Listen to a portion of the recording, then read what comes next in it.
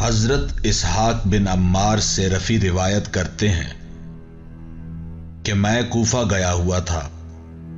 وہاں بہت سارے مومن بھائی مجھ سے ملنے والے تھے، مگر میں شہرت کو ناپسند کرتا تھا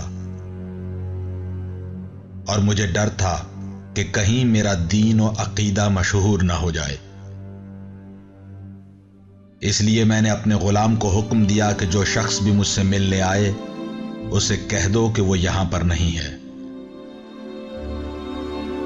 اسحاق کہتے ہیں میں اسی سال حج کے لیے گیا تو میری ملاقات امام جعفر صادق علیہ السلام سے ہوئی، تو میں نے دیکھا کہ میرے ساتھ امام کا رویہ بدلا بدلا سا ہے۔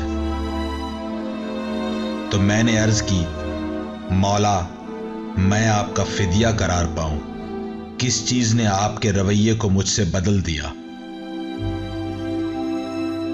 امام نے فرمایا، تمہارے مومنین کے ساتھ رویے کے بدل جانے نے۔ میں نے عرض کیا، میں آپ علیہ السلام کا فدیہ قرار پاؤں؟ میں فقط شہرت سے خوف زدہ تھا، ورنہ اللہ تعالی جانتا ہے کہ میں ان سے کتنی شدید محبت کرتا ہوں۔ امام علیہ السلام نے فرمایا، اے اسحاق، تم اپنے بھائیوں کی زیارت سے اکتاؤ مت۔ بے شک جو کوئی مومن اپنے مومن بھائی سے ملاقات کرتا ہے اور اس سے کہتا ہے مرحبا، تو اللہ تعالیٰ اس کے حق میں قیامت کے دن تک مرحبا لکھتا ہے۔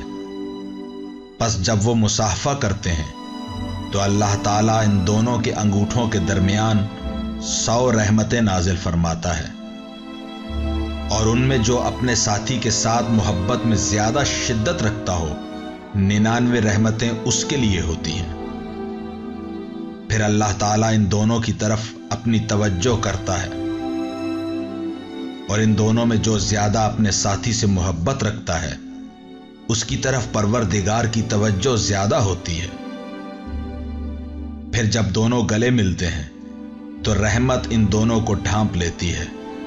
پھر جب دونوں بیٹھتے ہیں اور بیٹھنے کا مقصد صرف اور صرف خدا کی رضا اور دنیا کے مقاصد میں سے کوئی مقصد نہ ہو، تو ان دونوں سے کہا جاتا ہے، اللہ تعالیٰ نے تم دونوں کی مغفرت فرما دی ہے، اب نئے سرے سے زندگی کا آغاز کرو۔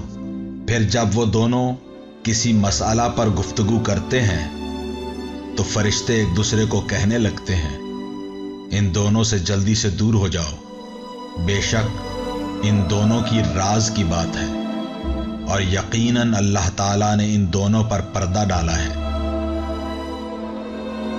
اسحاق کہتے ہیں میں نے امام علیہ السلام کی خدمت میں عرض کیا، میں آپ کا فدیہ قرار پاؤں تو کیا مولا ہمارے الفاظ ہمارے برخلاف نہیں لکھے جائیں گے؟ جبکہ پروردگار عالم کا ارشاد ہے کہ ایک بات بھی منہ سے ایسی نہیں نکلتی کہ اس کے لیے نگران ہوتا ہے۔